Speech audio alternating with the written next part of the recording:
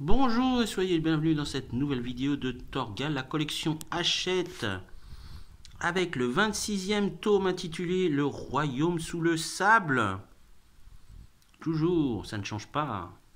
Format géant, cartonné ciré, superbement ciré, hein, toujours avec la frange de collection et la présentation des histoires vendues chez tous les marchands de journaux au prix de 13,99 €. Alors, Le Royaume sous le sable est une histoire particulière, puisque là, en fait, c'est de l'aventure, mais aussi de la science-fiction. On revient aux origines de Torgal avec les fameux hommes des étoiles. Alors, au début de cette aventure, nous avons nos héros qui débarquent près d'un pays. Il y a pas mal de sable. Alors, je dirais pour ma part que c'est la côte nord-africaine. Hein. On voit des palmiers. Hein. Et là, en fait, Aricia demande à Torgal de revenir chez eux, hein, dans le Northland. Mais il s'entête, il n'a pas envie de revenir.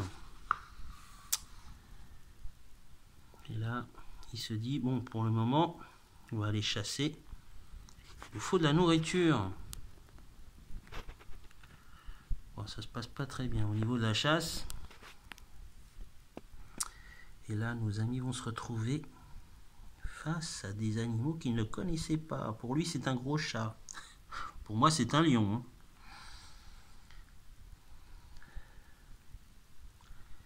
Et nous avons deux bédouins, ou plutôt supposés bédouins, qui observent la scène.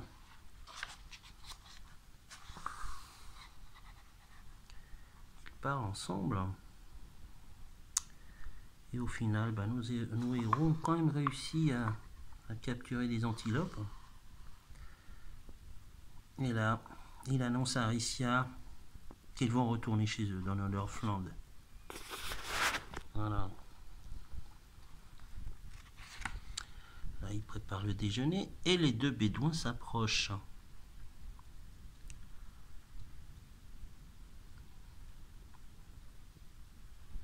Ils discutent ensemble. Hein.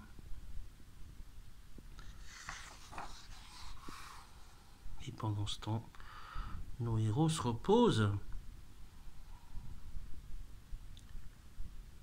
Et les bédouins, comme je vous le disais, sont un peu particuliers. Hein. Ouais. Ils sont équipés de, comment dirais-je, de montres électroniques avec des antennes et des radios un peu particulières. Hein. Pas vraiment des bédouins, si vous voulez mon avis. Hein. Pendant ce temps, nous avons Jolan qui réveille Torgal. Regardez, eh ouais. Leur navire est en feu. Ça va être difficile de retourner chez eux. Et le matin, nous avons les deux bédouins qui se rapprochent et qui les invitent à les suivre. Mais Torgal se doute bien que le bateau n'a pas pris feu par hasard. Et les deux bédouins leur demandent de les accompagner. Voilà, ils traversent le désert. Il semble être le désert du Sahara. Hein. En tout cas, ça y ressemble beaucoup.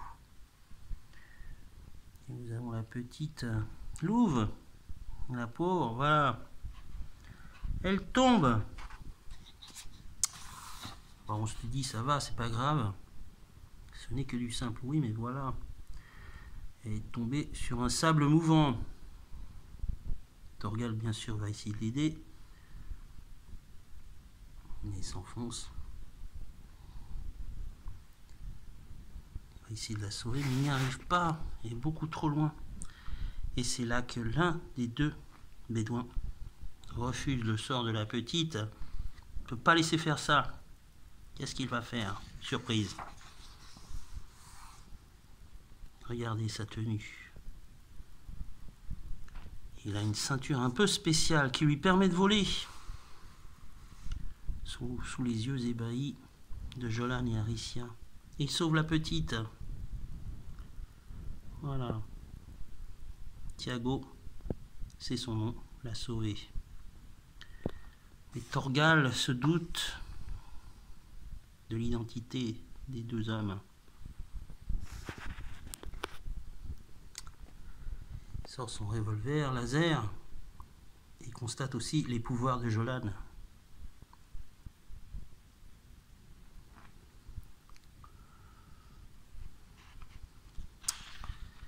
Et là, Thiago prend en otage le Jolan et au final, ils sont obligés de les accompagner. Les voilà. Ils arrivent près d'une montagne. Un village. Et voilà le chef des hommes des étoiles. Avec son garde du corps.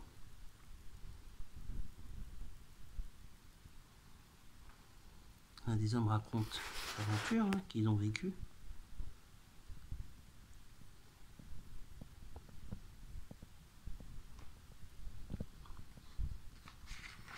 Bien sûr, notre héros n'a aucune envie de rester auprès d'eux.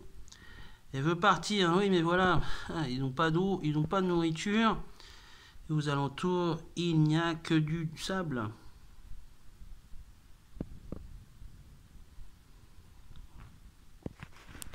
Alors, une fois de plus, Thorgal tombe dans leur traquenard, il boit une poisson empoisonnée et il s'évanouit.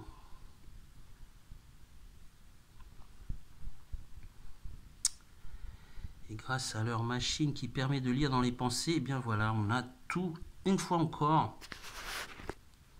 On retrace les aventures, les origines de Thorgal. Et là, dans les machines, nous avons les cerveaux de nos 4 héros. On découvre tout. Tout et plus encore. Et là, regardez, une pleine page de toutes les aventures qu'ils ont vécues, les personnages, les femmes, les hommes qu'ils ont rencontrés. Visuellement, c'est superbe, vraiment hyper détaillé.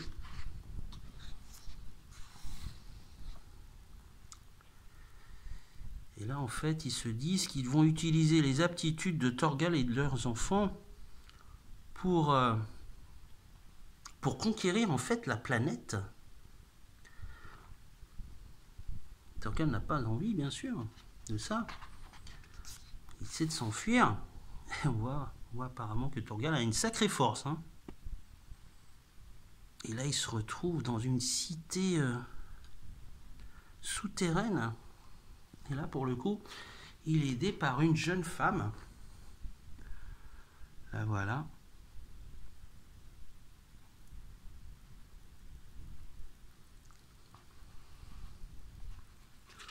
En fait, cette ancienne cité, c'est l'Atlantide.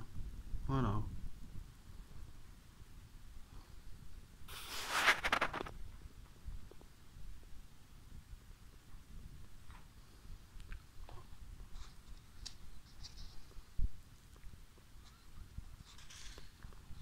Là, il gifle la jeune femme qui s'appelle Ilenia.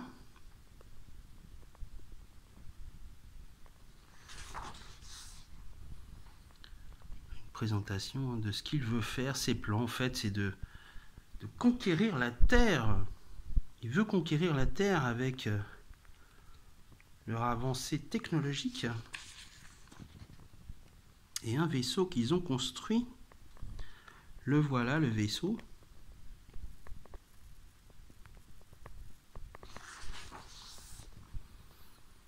Alors bien sûr, vous vous doutez bien, Thorgal refuse l'offre. Bien sûr, il ne va pas les aider à devenir les maîtres du monde. Oui, mais voilà, l'homme a sa femme et ses enfants en otage.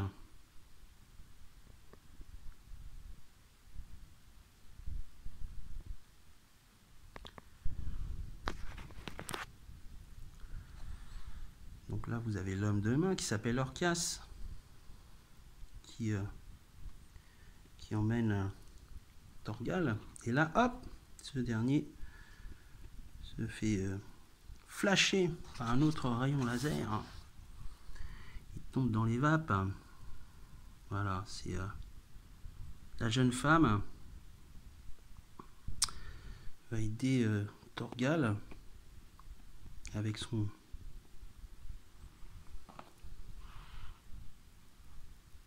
ami, ou plutôt son petit ami. C'est lui qui avait mis le feu au bateau.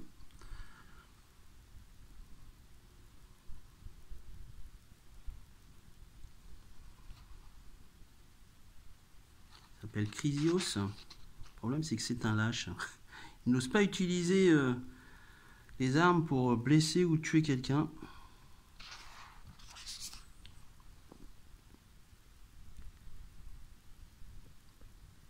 Ils continuent leur fuite.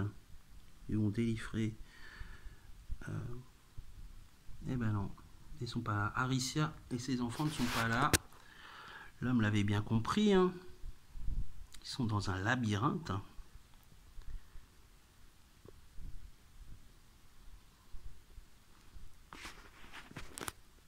Et en fait, puisque Thorgal ne les aide pas, il va le jeter dans le labyrinthe. Le voilà, le labyrinthe. En fait, cette ville s'appelait Archéopolis. Donc là, il l'emmène. Hein.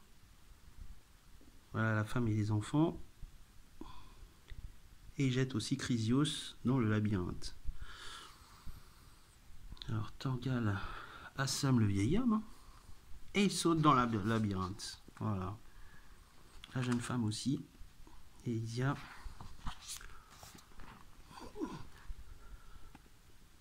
Ilenia, pardon.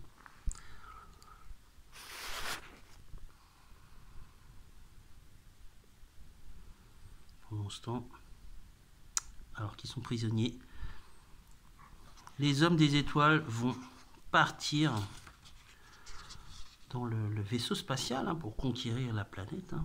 Donc pendant ce temps, Ilésia recherche son frère jumeau, Thiago. C'est lui qui avait sauvé la petite louve.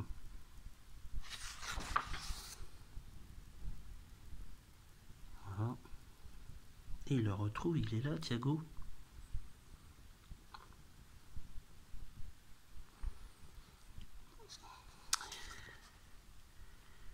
Et alors que l'eau monte, ils sont piégés, eh bien ils vont quand même parvenir, eh oui, à s'en sortir.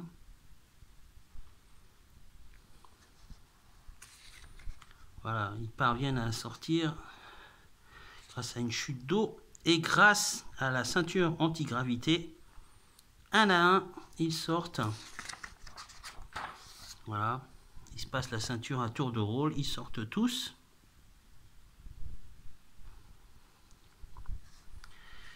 Pendant ce temps, on entend la machine, les moteurs vrombir.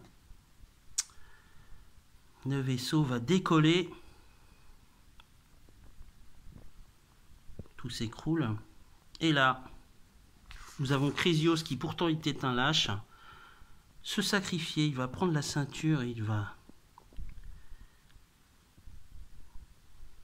empêcher le décollage du vaisseau.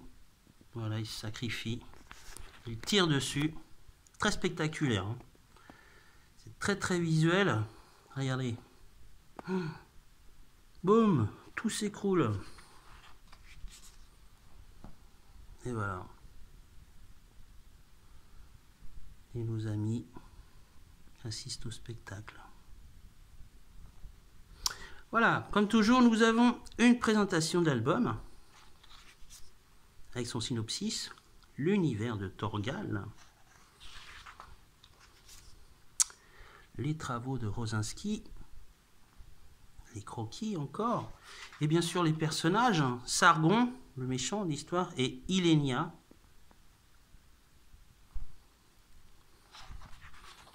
Avec une chronologie de l'année 2001. Voilà pour ce qui est de cet album. Plutôt pas mal. Vraiment très très bien, je trouve. Voilà. Quant à moi, je vous dis à bientôt pour une prochaine vidéo. Au revoir.